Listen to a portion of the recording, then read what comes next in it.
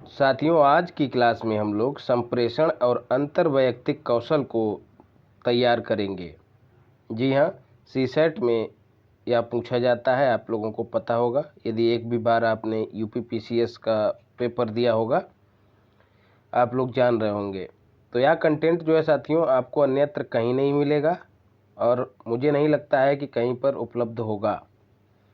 तो कई लोगों की डिमांड थी कि सीसेट के लिए कुछ उपलब्ध करा दीजिए, तो उसी प्रयास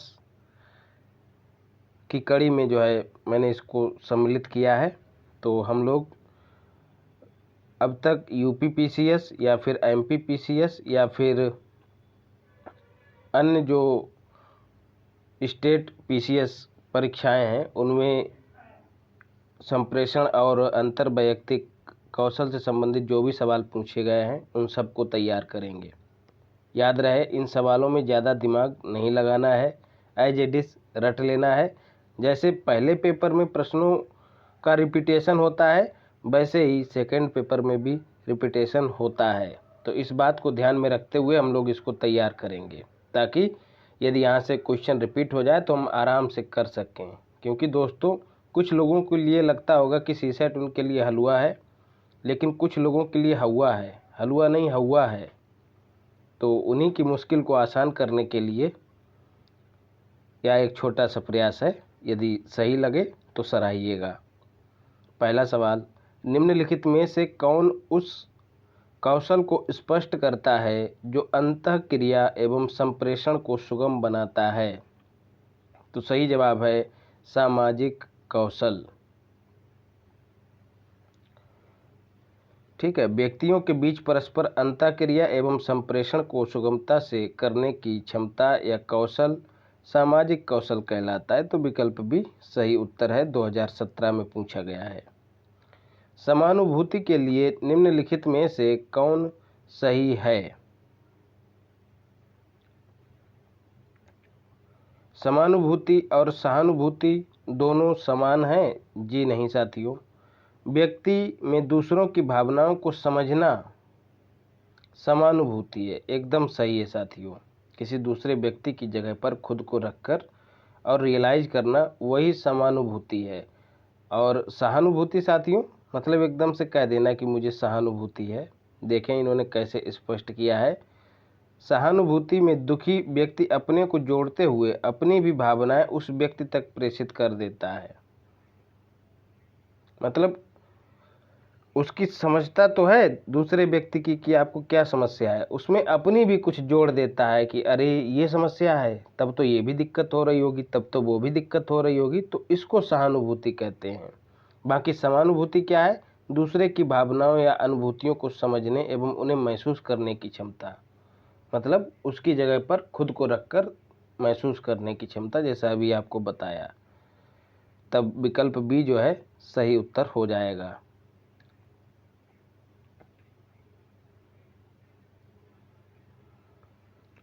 अंतर्वैयक्तिक संबंधों में किसमें अधिक समय लगता है? आदान प्रदान में, संचार में, समव्यवहार में, विश्वास बनाने में। तो स्वाभाविक सी बात है, विश्वास बनने में जो है सबसे अधिक समय लगता है, क्योंकि यह चीज़ कहीं रेडीमेड नहीं मिलती है, आप सभी जान रहे होंगे। निम्नलिखित में से किसका प्रयोग अंतर्वैयक्तिक संबंधन व्यक्त करने में नहीं किया जाता है? निम्नलिखित में से किसका प्रयोग अंतर्वैयक्तिक संबंधन व्यक्त करने में नहीं किया जाता है? लोक कौशल, मृदु कौशल और जीवन कौशल और संगठनात्मक कौशल। तो सही जवाब है संगठनात्मक कौशल। इसका प्रयोग जो है अंतर्वैयक्तिक संबंधन व्यक्त करने में नहीं किया जाता है, बाकी सबका किया जाता है।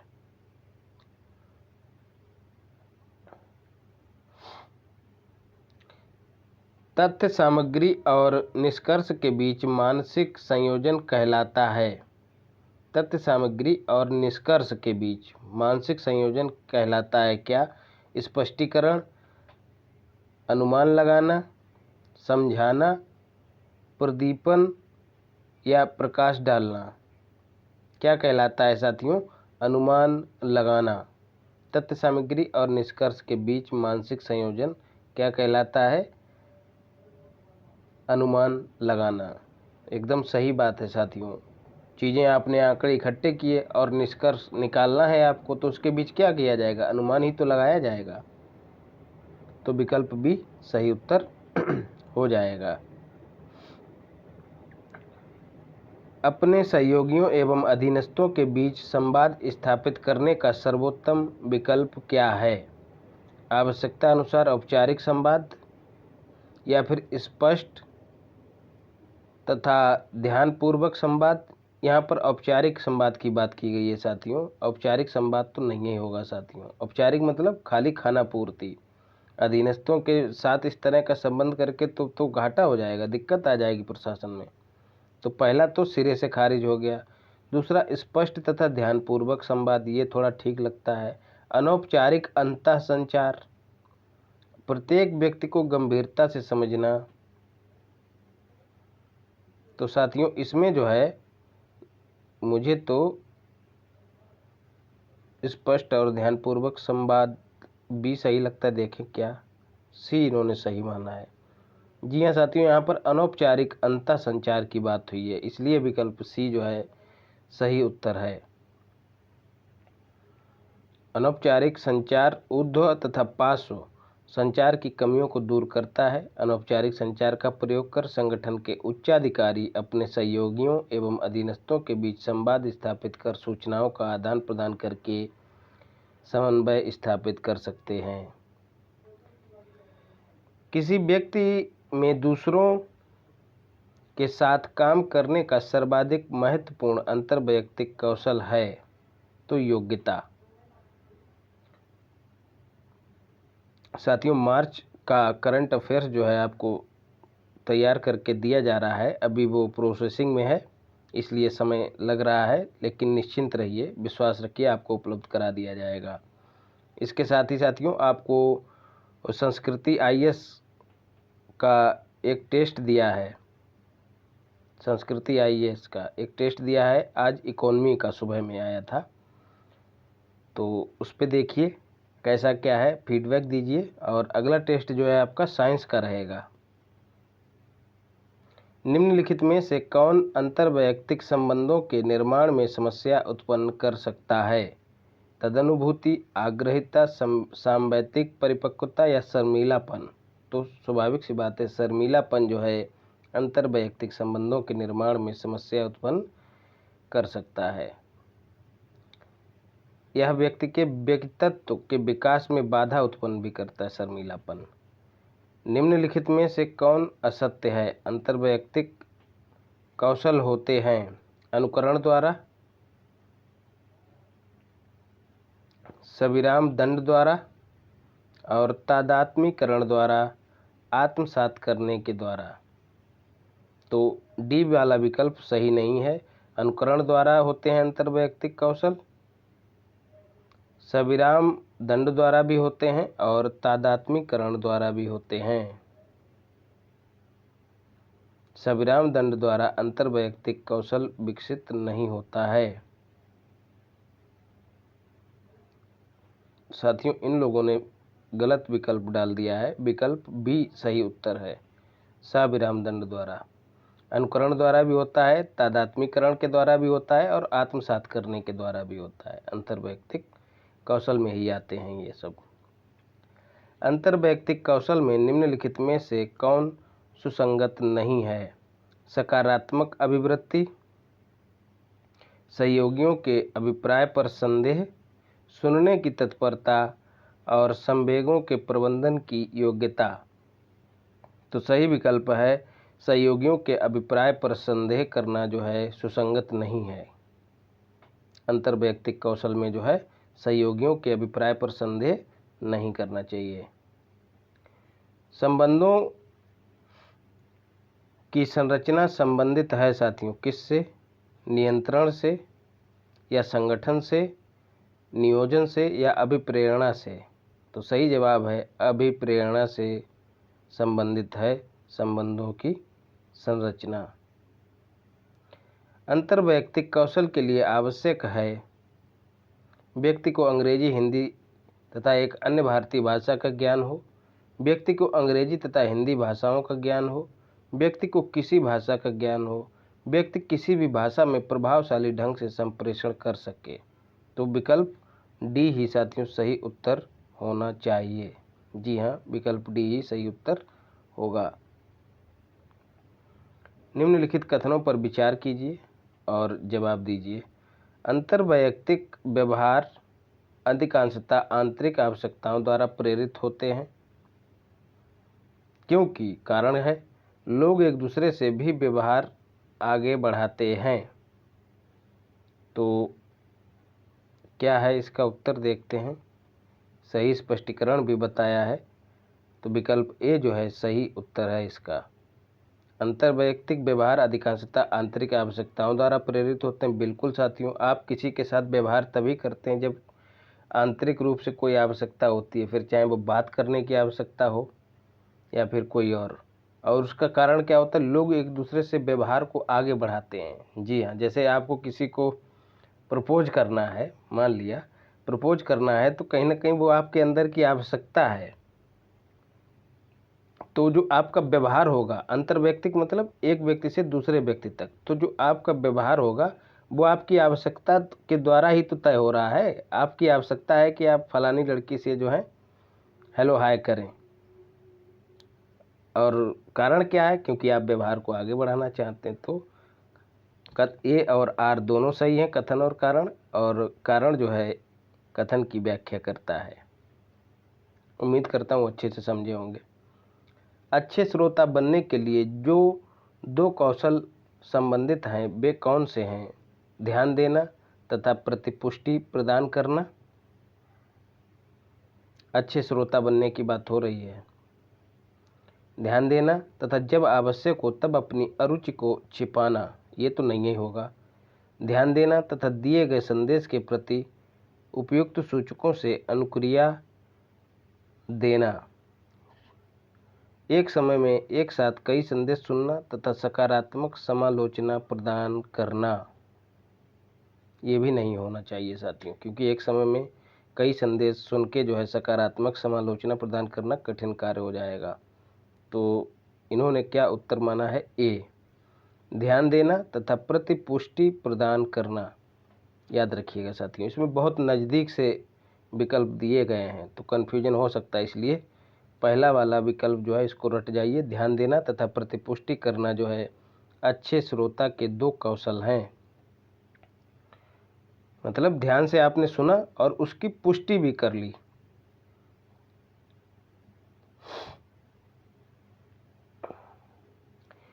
एक सक्रिय श्रोता द्वारा एक तकनीक जिसे प्रयोग में लाया जा सकता है वह है परिस्थिति का वर्णन करना। एक सक्रिय श्रोता द्वारा एक तकनीक जिसे प्रयोग में लाया जा सकता है वह है परिस्थिति का वर्णन करना, चिंता व्यक्त करना, वक्ता के शब्दों को अन्य शब्दों में व्यक्त करना। बिल्कुल साथियों, सक्रिय श्रोता की बात हुई है। एक समय के लिए सक्रिय छोड़ के सक्रिय को भूल जाइए, एक अच्छा श्रोता मानिए। सक्रिय की जगह अच्छा रख दीजिए। एक अच्छा श्रोता वही है जो वक्ता के द्वारा कही हुई बातों को किसी और से जब कहे तो अपने शब्दों में और आसान शब्दों में व्यक्त कर दे। तो वही तकनीकी जो है प्रयोग में लाई जा सकती है, वक्ता के शब्दों को अन्य शब्दों में व्यक्त करना। तो विकल्प सी सही उत्तर है।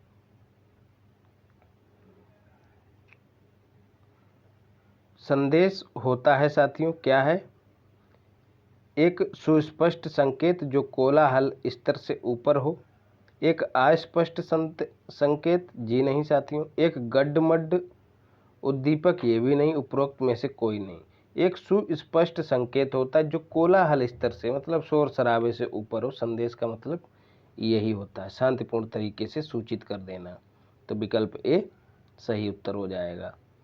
अंतर्वैयक्तिक संप्रेषण में नीति शास्त्र क्या होता है? समझने में अवरोध को बढ़ाता है या फिर ईमानदारी के रास्ते में बाधा उत्पन्न करता है? या विचारने योग्य नहीं है या विचारने योग्य है। तो विकल्प डी सही उत्तर होना चाहिए। देखते हैं।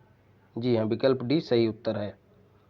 समझने में अवरोध को तो नहीं बढ़ाएगा नीति शास्त्र, ईमानदारी के रास्ते में बाधा भी नहीं उत्पन्न करेगा, और विचारने योग्य नहीं है मतलब नीति को ध्यान में रखते हुए यदि आप बातचीत नहीं करेंगे तो बातचीत कहाँ जाएगी, कल्पना नहीं की जा सकती है। इसलिए अंतर्वैयक्तिक संप्रेषण जब हो रहा हो तो नीति शास्त्र जो है वह विचारने योग्य है। प्रभावी श्रवण समावेश करता है। प्रभावी श्रवण मतलब अच्छी तरह से सुनना, समावेश करता मतलब समेटे हुए है किस चीज़ को, पूर्वाग्रह को,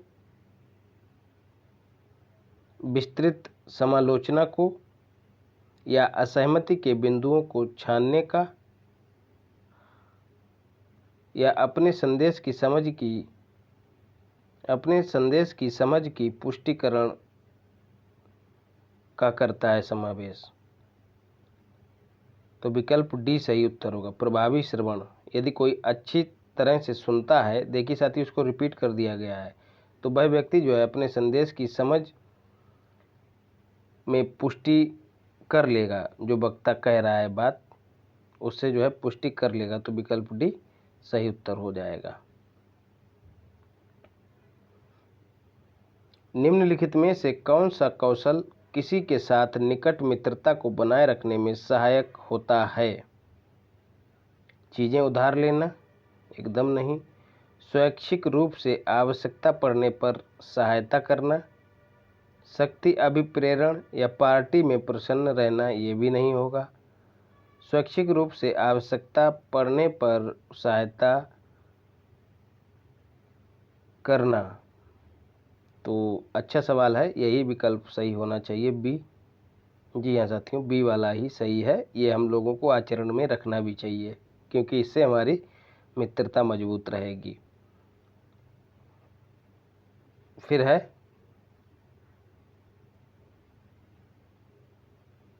निम्नलिखित में से कौन एक अंतर्वैयक्तिक संबंधों के निर्माण में समस्या उत्पन्न कर सकता है? देखिए रिपीट मार दिया है सवाल, शर्मीलापन। इसीलिए इस क्लास का उद्देश्य यही है कि जो भी रिपीट सवाल पूछ लिया जाए रिपीटेड, वो आपसे गलत ना हो। जब व्यक्ति यह अनुभव करते हैं कि उनके व्यवहार को प्रतिबंधित किया जा रहा है तो वे एक प्रकार से प्रतिक्रिया करते हैं, जिसे कहा जा सकता है क्या? मनोवैज्ञानिक सुरक्षा, मनोवैज्ञानिक सतर्कता, मनोवैज्ञानिक प्रतिघात, मनोवैज्ञानिक दृढ़ता। तो इसका जो है उत्तर विकल्प सी है। जब व्यक्ति या अनुभव करता है कि उसके व्यवहार को प्रतिबंधित किया जा रहा है तो उसके लिए विकल्पों को सीमित किया जा रहा है, तो इस प्रकार की स्थिति को उसके द्वारा प्रतिक्रिया को मनोवैज्ञानिक प्रतिघात कहा जाता है। दोस्तों, इस तरह के सवाल मतलब संप्रेषण और अंतर्वैयक्तिक कौशल वाले सवाल जो हैं, इनका इंग्लिश वाला वर्जन ज़रूर पढ़ लीजिए क्योंकि कभी कभी हिंदी के शब्द इतने कठिन रहते हैं जिनको समझना कठिन रहता है, तो ऐसे में वहाँ से हमको मदद मिल सकती है। अंतर्वैयक्तिक संप्रेषण के निम्नलिखित प्रतिमानों में से किस में समानता संबंध संप्रेषित होता है परंतु प्रत्येक व्यक्ति के पास भिन्न क्षेत्रों पर प्राधिकार भी होता है? अब एक बार में तो हमारी भी समझ में नहीं आया साथियों। अंतर्वैयक्तिक संप्रेषण के निम्नलिखित प्रतिमानों में से किसमें समानता संबंध संप्रेषित होता है? ये जो है प्रतिमान दिए गए हैं, एक तरह से स्टैंडर्ड दिए गए हैं। तो कहा गया है कि किसमें समानता संबंध संप्रेषित होता है परंतु प्रत्येक व्यक्ति के पास भिन्न क्षेत्रों पर प्राधिकार भी होता है। भिन्न क्षेत्रों पर प्राधिकार भी होता है। तो संतुलित विभाजन प्रतिमान या समानता प्रतिमान या असंतुलित विभाजन प्रतिमान या एकाधिकार प्रतिमान? तो सही जवाब है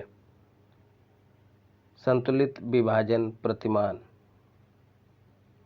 यहीं पर समानता संबंध जो है संप्रेषित होगा, जब संतुलित विभाजन प्रतिमान होगा तब। इसलिए विकल्प ए सही उत्तर है।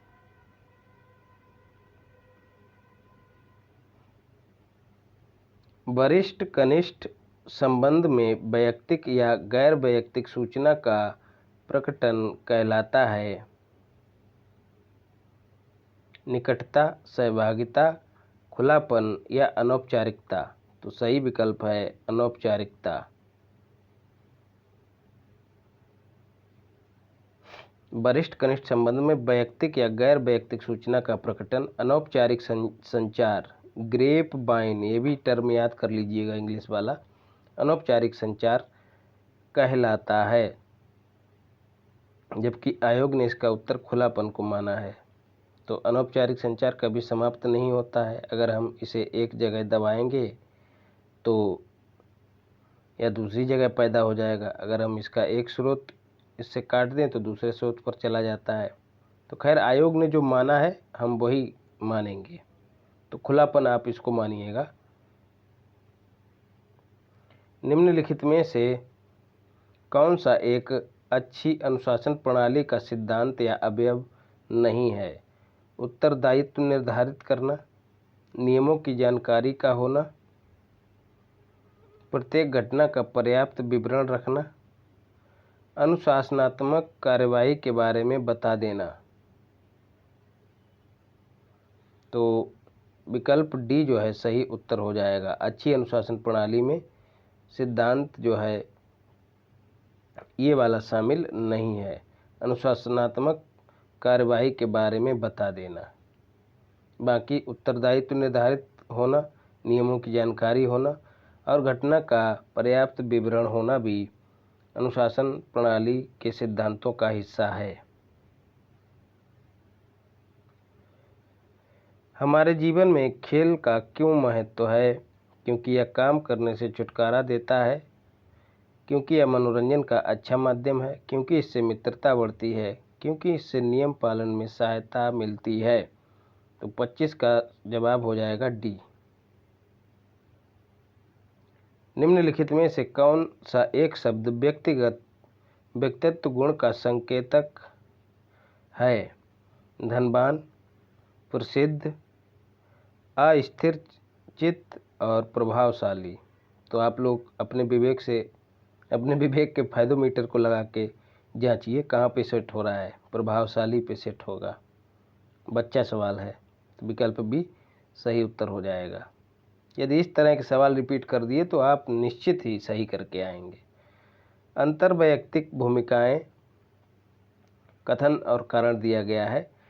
व्यक्ति के उन व्यवहारों से संबंधित होती हैं जो अंतर्वैयक्तिक संबंधों पर केंद्रित रहते हैं। ठीक है, जैसे संबंध होंगे वैसी ही भूमिकाएं होंगी, ये कहना चाह रहा है।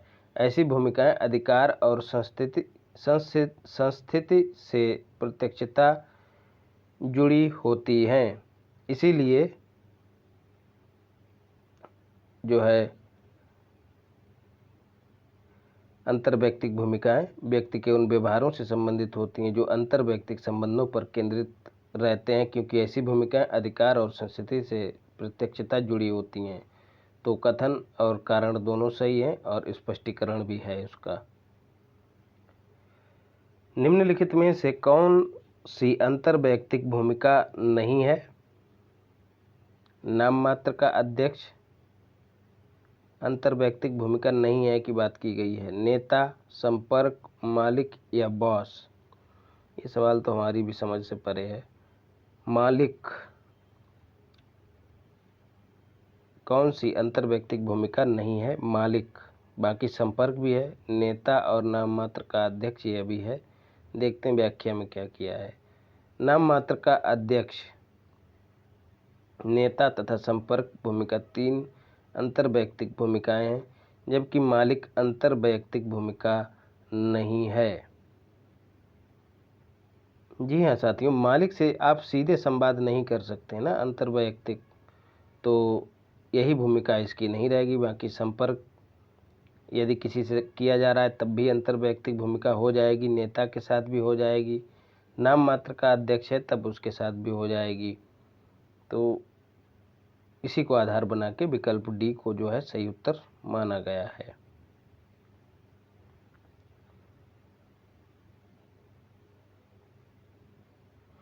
निम्नलिखित में से कौन तदनुभूति परक श्रवण की विशेषता नहीं है? तदनुभूति परक श्रवण की विशेषता नहीं है मतलब जैसा बता रहा है वैसी ही अनुभूति नहीं हो रही है, तो उसकी क्या विशेषता नहीं है? वक्ता की स्थिति में स्वयं को रखना सही है साथियों। मूल्यांकन परक होना यही सही नहीं होगा। जब मूल्यांकन परक हो जाएगा व्यक्ति तब तदनुभूति परक श्रवण नहीं हो पाएगा। मतलब जो सुनाना चाहता है वही आप सुनना चाहते हैं, ये होता है तदनुभूति परक श्रवण।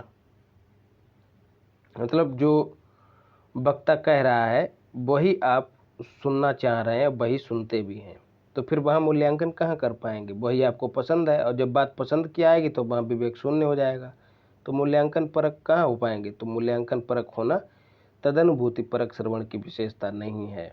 बाकी वक्ता की स्थिति में स्वयं को रखना तदनुभूति परक श्रवण की विशेषता है। देह भाषा का प्रेक्षण करना भी उसकी विशेषता है। संप्रेषण की विषय वस्तु और भावनाओं दोनों पर ध्यान केंद्रित करना भी इसी श्रवण की विशेषता है।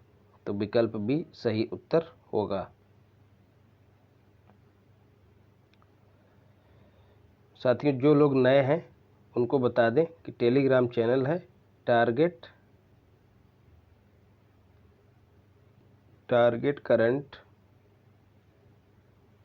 1 2 3, इसको ज्वाइन कीजिए। यहाँ पर आपको डेली क्विज मिल रही है करंट अफेयर्स की, एकदम धांसू सवाल मिल रहे हैं, आपका रौला काट देंगे परीक्षा में, ये जान लीजिए।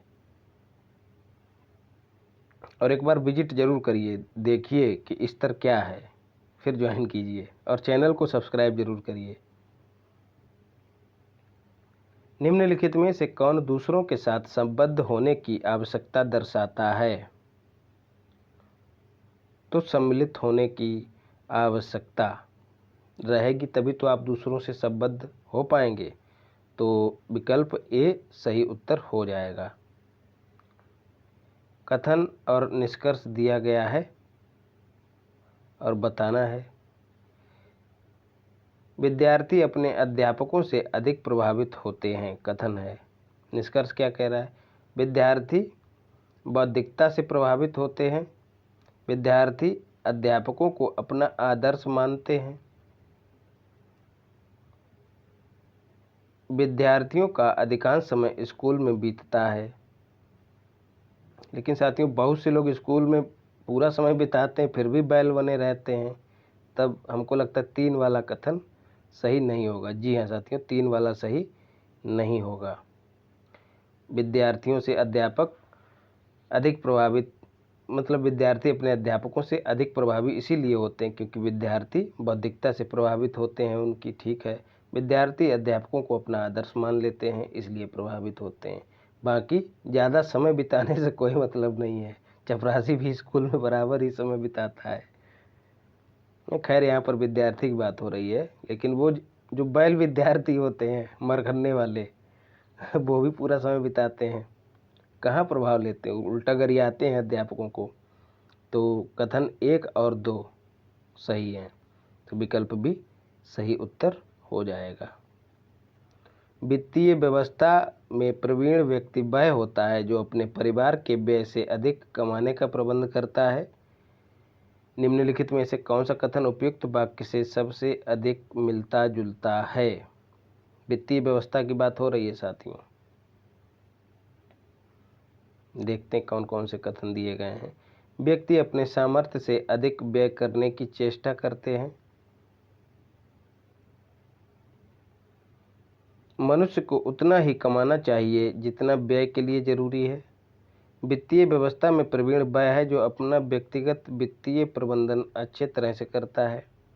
वित्तीय व्यवस्था में प्रवीण व्यक्ति वह है जो अपनी कमाई से कुछ बचा सकता है। तो विकल्प सी जो है सही उत्तर माना गया है इसमें, क्योंकि वही व्यक्ति प्रवीण है जो अपना व्यक्तिगत वित्तीय प्रबंधन अच्छे तरह से करेगा। यहाँ पर बचाने की बात कही गई है। जब वित्तीय प्रबंधन या वित्तीय व्यवस्था अच्छी रहेगी साथियों, तो स्वाभाविक सी बात है बचत होगी। तो बचत वाला ये जो टर्म है वो तो ऑलरेडी इसमें सिमटा हुआ है, तो फिर ये तो व्यर्थ ही दे दिया गया। इसीलिए ये वाला कथन हम लोगों को प्रथम दृष्टया नज़र में आता है कि सही है, लेकिन नहीं, ये वाला सही है सी, क्योंकि सी वाला जो है डी वाले को ऑलरेडी समेटे हुए है। हमारी अर्थव्यवस्था उत्पादन से हस्तांतरित होकर सेवा अनुकूलित हो गई है। ठीक है, सेवा क्षेत्र में वृद्धि होने से प्रबंधन को समानुक्रम में वस्तुओं और सामान की अपेक्षा व्यक्तियों के साथ कार्य करने की आवश्यकता होती है।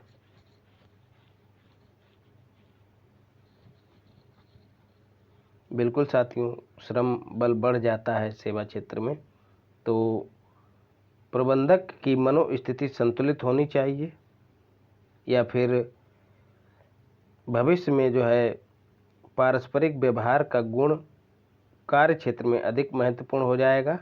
मतलब जब लोग ज़्यादा बढ़ जा रहे हैं तो कह रहे हैं कि इंटरपर्सनल स्किल जो है वह अधिक महत्वपूर्ण हो जाएगा। समानुक्रम सेवा क्षेत्र के संगठन में उपलब्ध रहेगा। उत्पादन संस्थाएं मनुष्यों की महत्ता की उपेक्षा करती हैं, तो कथन बी जो है सही रहेगा। जी हाँ साथियों, जब लोगों की भूमिका बढ़ जाती है, जहाँ सेवा क्षेत्र प्रबल होता है, तो ऐसे में इंटरपर्सनल स्किल जो है महत्वपूर्ण हो जाता है परस्पर व्यवहार करने के लिए, तभी आपका संगठन अच्छे से काम करेगा। निम्नलिखित में से कौन अंतर्वैयक्तिक संचार के संभावित परिणाम नहीं हो सकते हैं? श्रोता संदेश से पूरी तरह सहमत हो, अंतर्वैयक्तिक संचार के संभावित परिणाम नहीं हो सकते हैं। श्रोता संदेश से पूरी तरह सहमत हो, ये तो हो सकता है। श्रोता संदेश से ना तो सहमत हो और ना ही असहमत हो। श्रोता संदेश से आंशिक रूप से सहमत हो, यह भी सही है। श्रोता संदेश समझता नहीं है, हो सकता है ना समझे। तो देखते हैं क्या है उत्तर, विकल्प बी। श्रोता संदेश से ना तो सहमत है और ना ही असहमत, यही कथन सही नहीं है साथियों।